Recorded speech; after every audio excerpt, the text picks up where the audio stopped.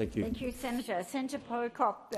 Thank you, Acting Deputy President. I rise to speak on the issue of Tibet.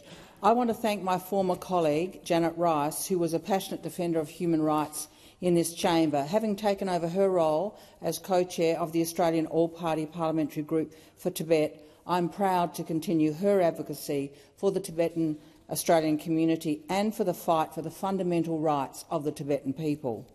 Monday was Tibet Lobby Day. Thank you to the members of the Tibetan Australian community who came to Parliament and made their voices heard. Thank you to Pema Tarat Sang, Tenzin Rabton and Tenzing Nyadon, who shared their stories with me.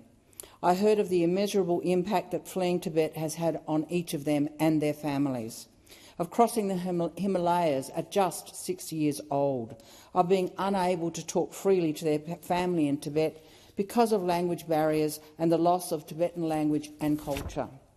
Millions of Tibetans in Tibet are living in oppression, unable to speak out or protest the occupation of Tibet without fear of arrest and torture.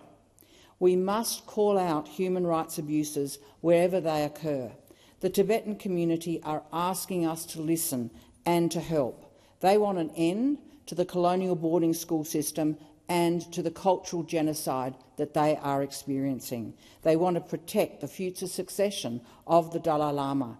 They want Magnitsky-style sanctions on 5 Chinese officials who are committing human rights abuses and have been called out by many other countries using Magnitsky-style sanctions.